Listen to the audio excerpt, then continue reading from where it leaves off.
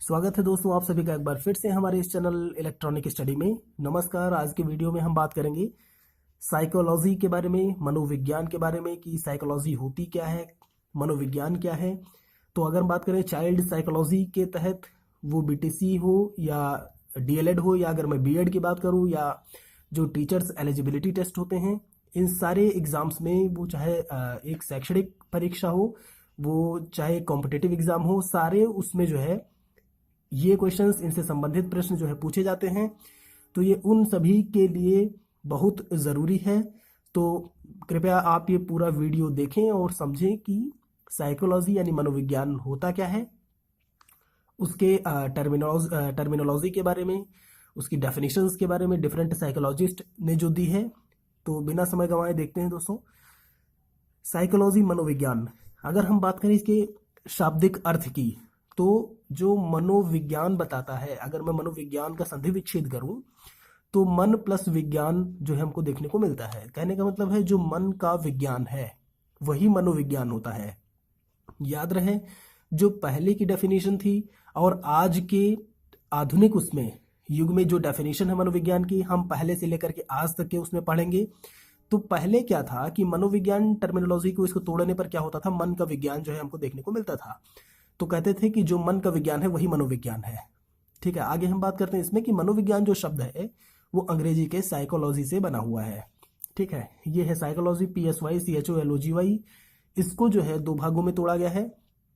इसमें हम इसको साइकी पढ़ सकते हैं या साइक कुछ भी पढ़ सकते हैं, PSYCHE और प्लस लॉगिया या लॉजिया करके है। ठीक है, तो इस वाले वर्ड का मतलब हुआ ब्रीद, सोल या स्पिरिट, जिसको हम आत्मा बोलते हैं। ठीक है, ये आत्मा वाली बात हो गई।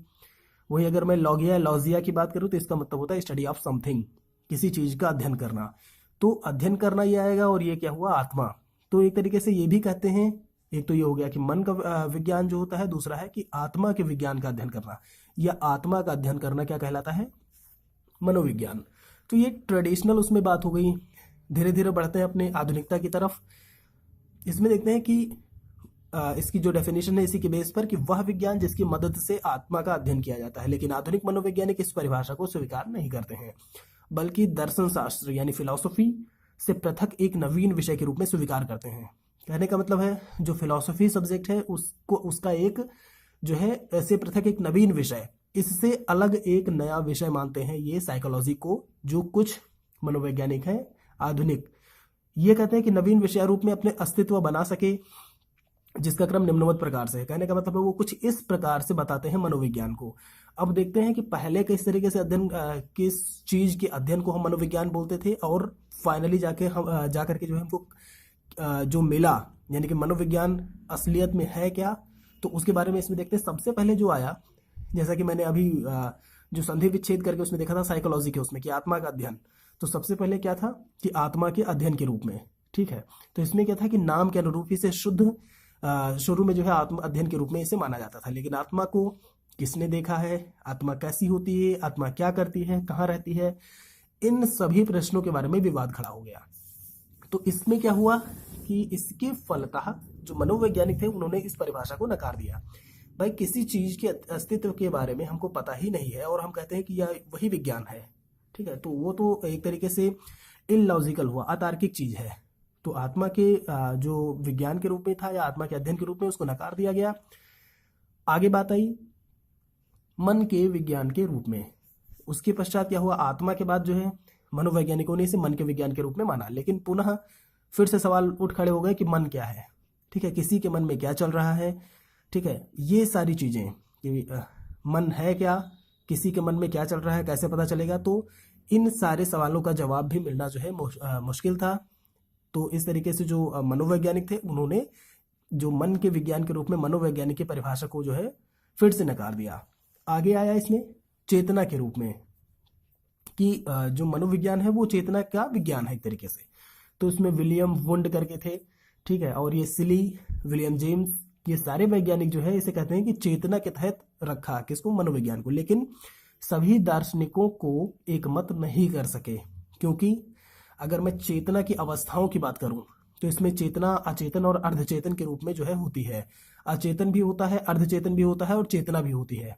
तो अचेतन और अर्धचेतन के रूप में जो है मानव का अध्ययन नहीं किया जा सकता। कहने का मतलब है चेतना मतलब जागृत की अवस्था, ठीक है। अर्धचेतन मतलब आप एकदम से सोए से हैं, ठीक है, मतलब बिल्कुल भी एक तरीके से नेगेटिव उसमें है, जो है इनएक्टिव मोड में है।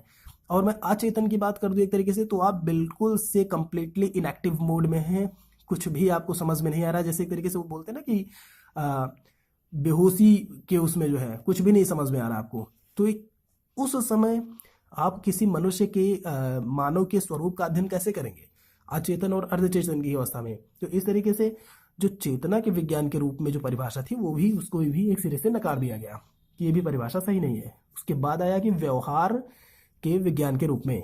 तो अगर मैं बात करूं 20वीं शताब्दी आते आते स्किनर, वॉटसन, वुडवर्थ, इन मनोवैज्ञानिकों ने मानव व्यवहार के अध्ययन के रूप में जो है इसे स्वीकारा और अंततः मनोवैज्ञानिकों का यही रूप स्वीकार हुआ।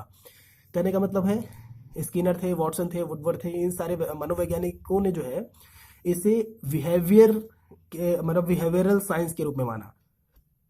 इन्होंने कहा कि व्यवहार का जो अध्ययन है वही क्या है, मनोविज्ञान है। तो इस तरीके से फाइनली इसी व्यवहार के अध्ययन को जो है स्वीकार किया गया। इसी के तहत वुडवर्थ ने जो है एक डेफिनेशन दी, अपनी परिभाषा दी।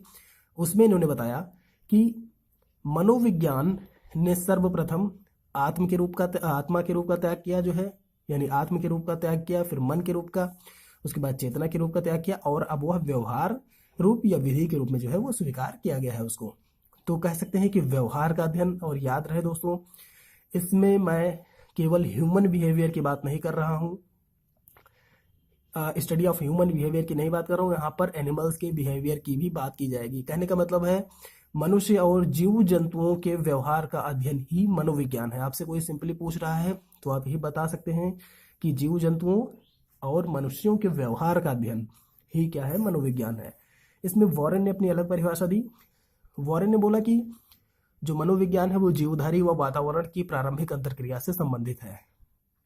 उन्होंने बोला जीवधारी में आपके जीव जंतु भी आएंगे, ठीक है, और आपका मनुष्य भी आएगा, उसमें आपके पशु पक्षी सारे के सारे इंक्लूड होंगे जीवधारी में, और उनका वातावरण के साथ अंतरक्रिया से संबंध, ठीक है। कहने का मतलब है अंतरक्रिया से संबंध, कहने का मतलब है एक जीव जंतु है उसके एनवायरनमेंट के साथ में क्या रिलेशनशिप है, उस चीज को बताता है मनोविज्ञान, ठीक है। साइकोलॉजी उस चीज को बताता है। तो कहने का मतलब है ये जो डेफिनेशन है वो इस तरीके से बताती है, जैसे मान लीजिए कि आप किसी और वातावरण में रहते हैं और आप दूसरे किसी और जगह पे जाके कोई और वातावरण अगर आपको मिलता है तो आप उसी के अकॉर्डिंगली अपने आप को ढाल लेते हैं। तो वो बताता है संबंध, अंतरक्रिया से संबंध।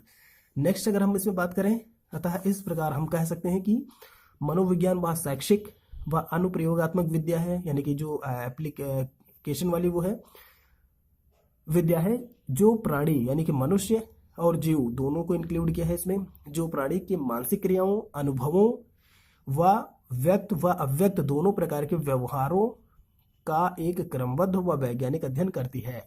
अब इसको समझते हैं, जो डेफिनेशन से ब्लैक पेन से मैंने लिखी हुई है इसमें है कि मनोविज्ञान वह शैक्षिक व अनुप्रयोगात्मक विद्या है, ठीक है, एजुकेशनल एक तरीके से जो ज्ञान है ये, जो कि किससे संबंधित है, आपका मनुष्य और जीव जंतु सारे उससे के मानसिक क्रियाओं, उनकी बौद्धिक क्रियाएं, उनकी जो मेंटल एक्टिविटीज है, मेंटल प्रोसेस है, उनसे अनुभवों, जो उनका एक्सपीरियंस है उनका, वह व्यक्त तथा अव्यक्त जो वो एक तरीके से जो शो करते हैं, जो शो नहीं करते हैं, जो रिप्रेजेंट करते हैं और जो रिप्रेजेंट नहीं करते हैं, याद रहे दोनों को ही इसमें इंक्लूड किया जाएगा।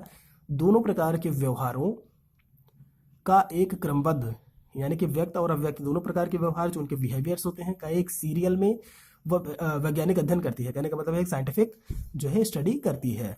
तो इसमें अगर हम बात करें वही मानसिक प्रक्रियाओं के तहत, अगर मैं बात करूं कि जो मेंटल प्रोसेस है, मेंटल एक्टिविटीज हैं, उनके तहत क्या क्या चीजें आएंगी, तो आपकी संवेदना है, सेंसेशन, अवधान जिसको हम अटेंशन बोलते हैं, प्रत्यक्षण इस यानी कि परसेप्शन, सीखना लर्निंग जिसको बोलते हैं, अधिगम जिसको बोलते हैं, इसमें स्मृति वाली बात, याद रखने वाली बात, मेमोरी, चिंतन आदि जो है इसमें आते हैं। तो आपके मानसिक प्रक्रियाओं में ये सारी की सारी जो है आपकी प्रक्रियाएं उसमें शामिल होंगी। सांवेगिक प्रक्रियाएं हैं, ये सारी जो है आपकी मानसिक प्रक्रियाओं के तहत शामिल होंगी।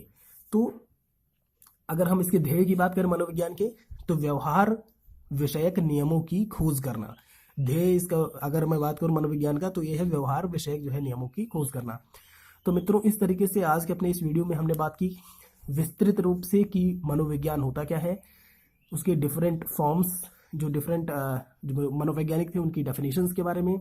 आप सभी से अनुरोध है कि स्क्रीन पर आ रहे इन बाएं और दाएं साइड के वीडियोस को भी आप ज़रूर देखें, और अगर चैनल को अभी तक सब्सक्राइब नहीं किया है तो प्लीज़ इसे सब्सक्राइब कर लें, बेल आइकन को भी दबाना ना भूलें, जिससे कि मेरे इस चैनल इलेक्ट्रॉनिक स्टडी पर अपलोड किए जा रहे प्रत्येक वीडियोज़ की नोटिफिकेशंस आप सभी को टाइमली मिलती रहें।